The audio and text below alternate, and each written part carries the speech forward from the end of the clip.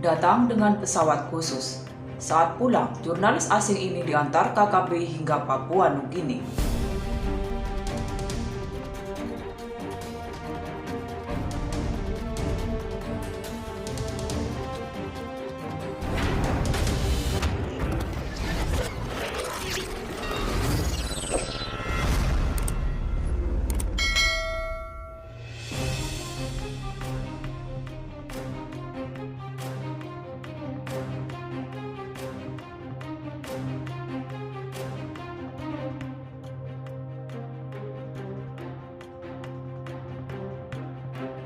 Ibarat datang tak diundang, pulang tak diusir. Itulah yang dilakukan oleh seorang oknum jurnalis berkebangsaan asing di tanah Papua, wilayah NKRI.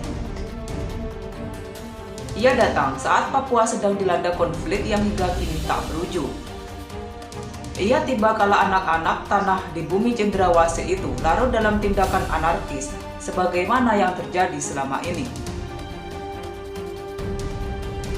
Mungkin karena itu, sehingga tak sedikit kalangan yang berasumsi bahwa aksi-aksi anarkis yang dilakukan anggota KKB Papua diduga di-backup oleh kepentingan asing.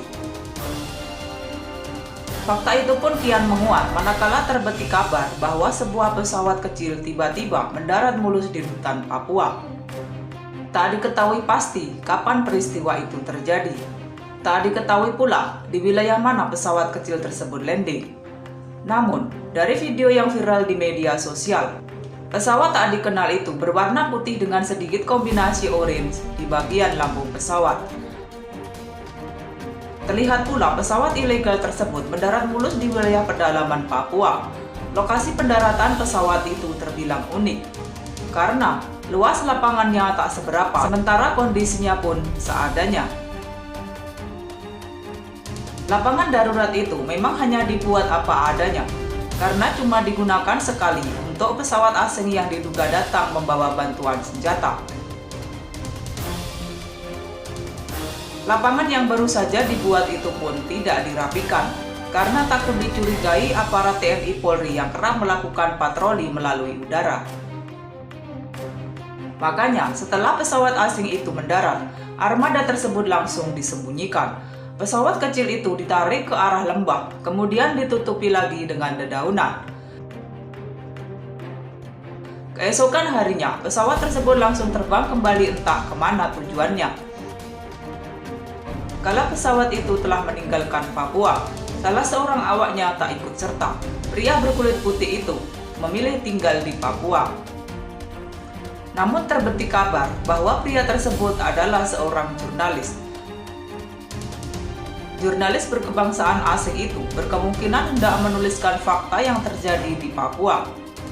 Tapi, bisa juga ada kepentingan lain karena yang bersangkutan datang secara ilegal diantar dengan pesawat khusus setelah itu ditinggalkan di Papua. Selama di daerah bergolak itu, pria tersebut tak sembarang berkeliaran. Kemungkinan lebih banyak menghabiskan waktu di markas KKB. Dan selang beberapa hari kemudian, pria tersebut pulang kembali ke negaranya. Hanya saja tak diketahui di negara mana tujuan pria tersebut. Uniknya adalah saat hendak pulang kembali ke negaranya, sejumlah anggota KKB ditugaskan khusus untuk mengantarnya. Saat itu, bersama 6 anggota KKB, pria tersebut melewati alur jalur tikus hingga akhirnya tiba di sebuah tepi sungai yang cukup lebar dengan arus yang kencang.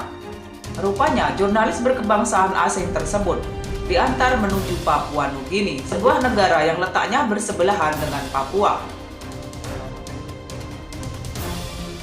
Tak diketahui pasti berapa lama perjalanan menuju negara Papua Nugini tersebut.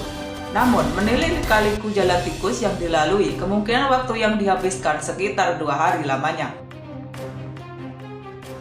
Hal itu terungkap pula dari video yang viral di media sosial. Dari video itu terungkap fakta bahwa jurnalis asing itu datang untuk kepentingan KKB. Hanya seusai menunaikan tugasnya, yang bersangkutan buru-buru meninggalkan Papua. Apalagi selama berada di daerah itu, ia tak leluasa seperti di negaranya.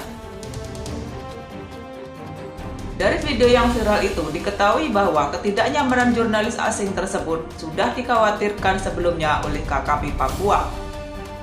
Anggota KKB cemas karena takut keberadaan pria tersebut diketahui prajurit TNI Polri yang setiap hari melakukan patroli di Papua.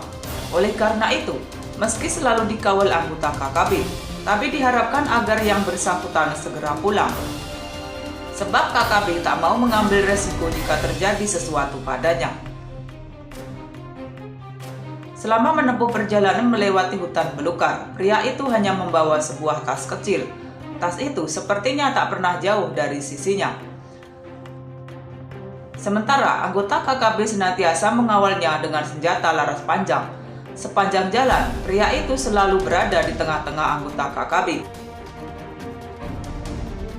Bila melewati jalan tikus misalnya, ada beberapa pria berjalan di depannya, sementara pria yang lain mengawal dari belakang. Ketika memasuki sungai berarus deras, anggota KKB lantas berpencar. Mereka terlihat mengelilingi pria itu hingga di seberang sungai. Mungkin karena sudah terbiasa melewati sungai tersebut, anggota KKB itu pun sepertinya melangkah tanpa ragu. Walau melewati air dengan ketinggian mencapai pinggang, tetapi rombongan kecil itu tak menemui kesulitan apapun. Langkah-langkahnya pasti, hingga akhirnya semua anggota KKB bersama sang jurnalis tersebut tiba di seberang sungai. Meski pakaian yang dikenakan basah kuyup di badan, tetapi mereka tak mau istirahat.